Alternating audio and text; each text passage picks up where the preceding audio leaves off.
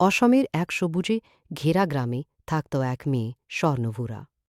তার নামের মতোই সে ছিল সোনালি সকালের মতো উজ্জ্বল।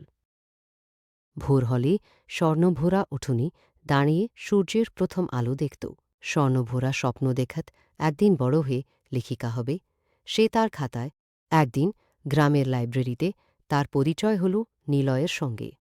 নিলয় বই পড়তে ভালোবাসত এবং স্বর্ণভূরার লেখা গল্প নিলয় সবসময় বলত, তোমার লেখার মধ্যে একদিন অনেক মানুষ নিজেদের। স্বর্ণভূরা নিলয়ের কথায় নতুন সাহস পেল। সে আরও যত্ন। কয়েক বছর পর সে তার প্রথম গল্পের বই প্রকাশ করল।